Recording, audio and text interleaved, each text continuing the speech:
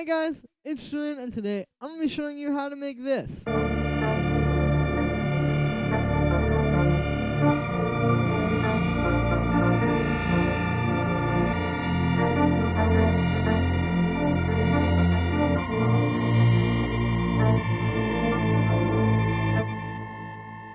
yeah, and as always, you can get the project file and samples and MIDI and the presets and everything like that from this video in the description for free. And if you're a patron on my Patreon, check there because it'll be available shortly without a download gate. And yeah, let's get started. So today, I'm going to be showing you how Arca makes these cool, super warped, textured, whatever you want to call them, synths. So the first sound that I have here is this drone, which sounds like this.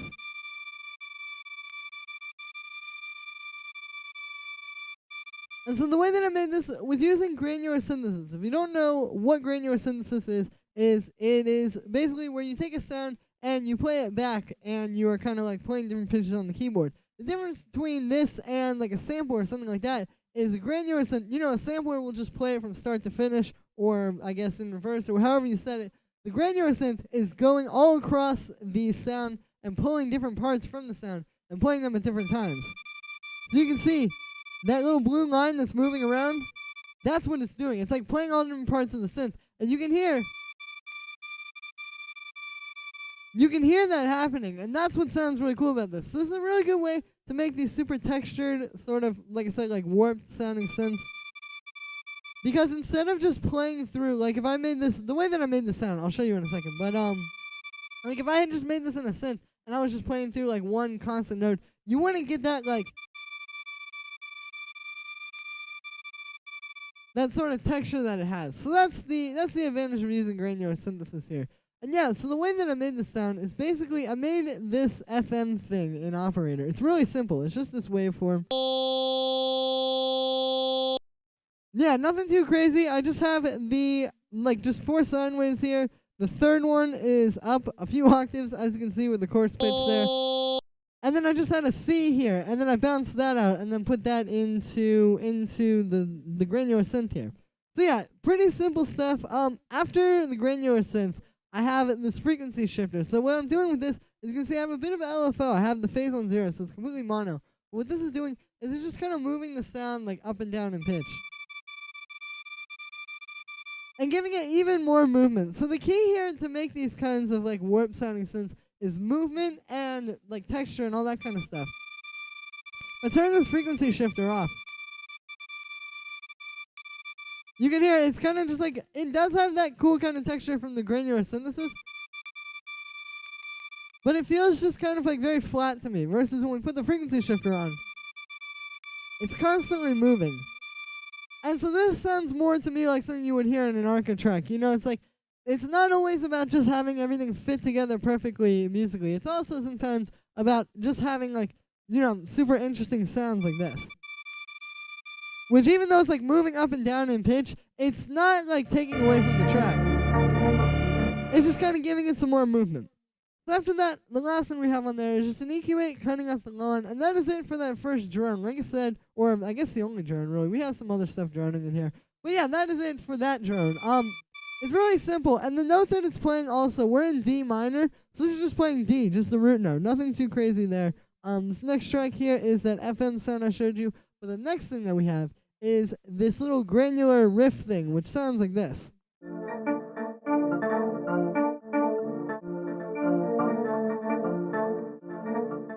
What's going on here is something pretty similar to what I just showed you, where I basically made a sound and then put it into a granular synth. Only thing is, with this one, it was a little bit of a different approach. With this one, instead of making one long note, I made this little riff.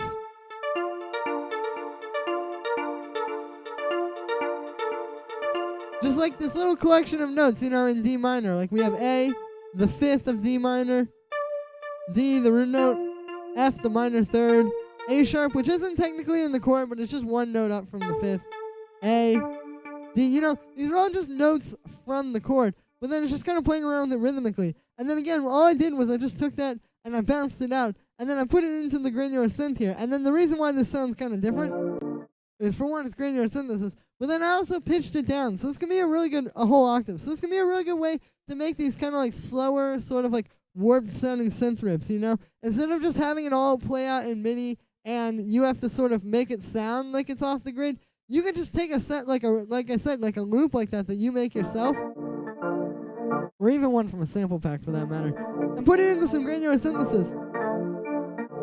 And you can hear it, and it's not like the drone, where it's just staying on one note the whole time. Instead, with this one, it's constantly changing notes. And the cool thing is that it's random, and again, it's not just like perfectly stuck to the grid as it would be if you just sat there and programmed all these notes on a live synth. So yeah, this is a nice technique. Again, there are different ways to use the granular synthesis. It doesn't have to just be like making a cool FM sound and then trying to make texture with it. You can also do stuff like this. And this, again, really helps to get those, like, warped, just weird, off-kilter sounding synths that you hear in a lot of Arca's tracks. Like, I wouldn't be surprised if a really similar technique to this was used to get a lot of those sounds. So after that, we just have a bit of drum bus to fatten it up. Here's without that. And then with it. So yeah, you can hear this just helps to kind of bring it to life and make it not just like a dry sound. And then we just have a bit of EQ8 to cut out the low end because this sound definitely had quite a bit of it, and I didn't want it to get in the way of the bass. So that is it for the little granular riff. The next thing that we have here is the bass, which sounds like this.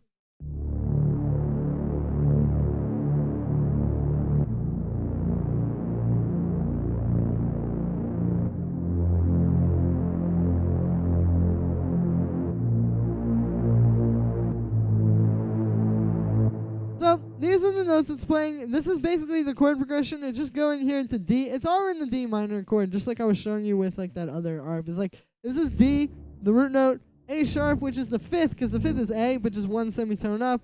And then we have F. Then we just have another A sharp up here and another A. Like, it's not that hard. Again, it's just notes from the chord, and then just knowing like kind of creative ways to play around with them, or at least coming up with creative ways to play around with them. So for the sound on this one, I made it using analog. And what we have here is we have two saw waves just going into a bit of a low pass, you can see, or going into a low pass. You can see the second one is up an octave, and I've got it detuned a bit. So yeah, the detune definitely is important with the sound. I also have some unison, but in order to get that really big saw wave sound, can we just have one saw? It just doesn't have that like huge big sound like this. So to do this, you need to have two oscillators and be detuning them. But then I have those going into the low pass. You can see the low pass has an envelope on it, so it's kind of just opening like that. So it's not just like, you know, staying on the same thing the whole time. Like if we turn that off, it's not as interesting. It doesn't have as much life to it. So yeah, then we get the amp envelope set like that. And then there's a bit of vibrato and a bit of unison to kind of give it more of a chorusy texture. You know, like, again, with this sound, you want the big detuned sound. So the unison is obviously a big part of that, as you can hear. And then the vibrato makes it more interesting and gives it more character because it's not just like staying in the same place the whole time, pitch-wise. After that, we have a bit of chorus. So this is just kind of adding to the chorusy sound. Here's without it. And then with it, you can hear it makes it sound a bit bigger. After that, we just have a bit of reverb to give it some space. Here's without that. And then with it, so pretty simple stuff there, just gives it some space. Then we just have a bit of drum bus and some saturator to fatten it up. So here's without those.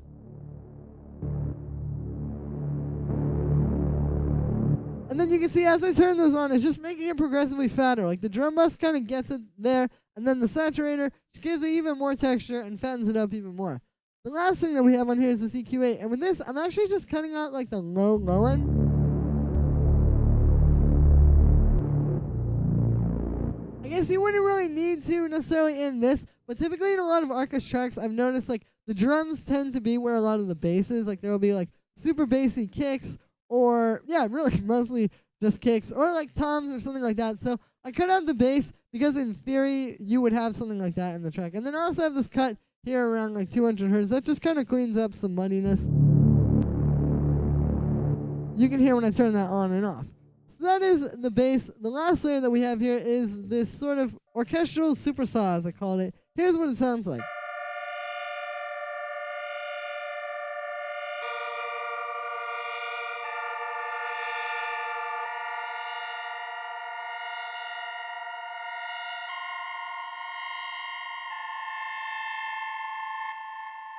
So this is meant to just sound kind of like melancholic. Like if you listen to the rest of this, it feels very like dark and sad. Besides when you go to that second chord, that does kind of have more of a melancholic feel as well. But that's where this comes in. This is basically just adding more, like I said, like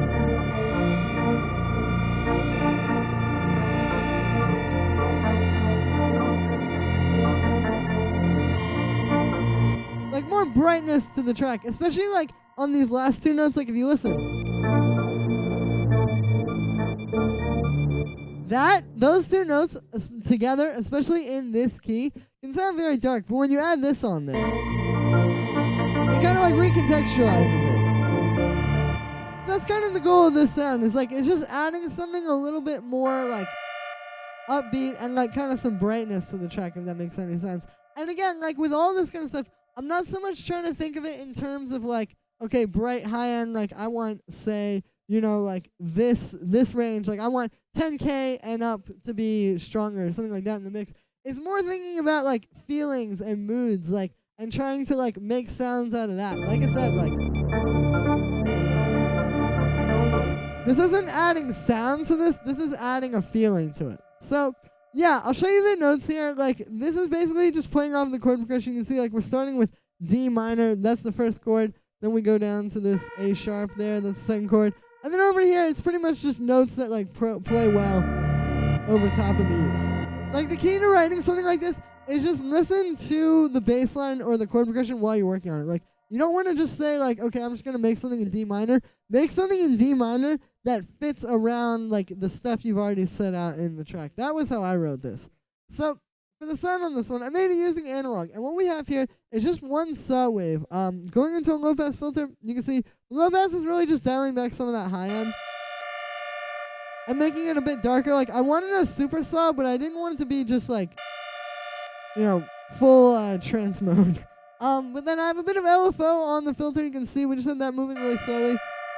Just kind of open it and close it, and give it some movement, and make it not just like, you know, staying in the same place the whole time.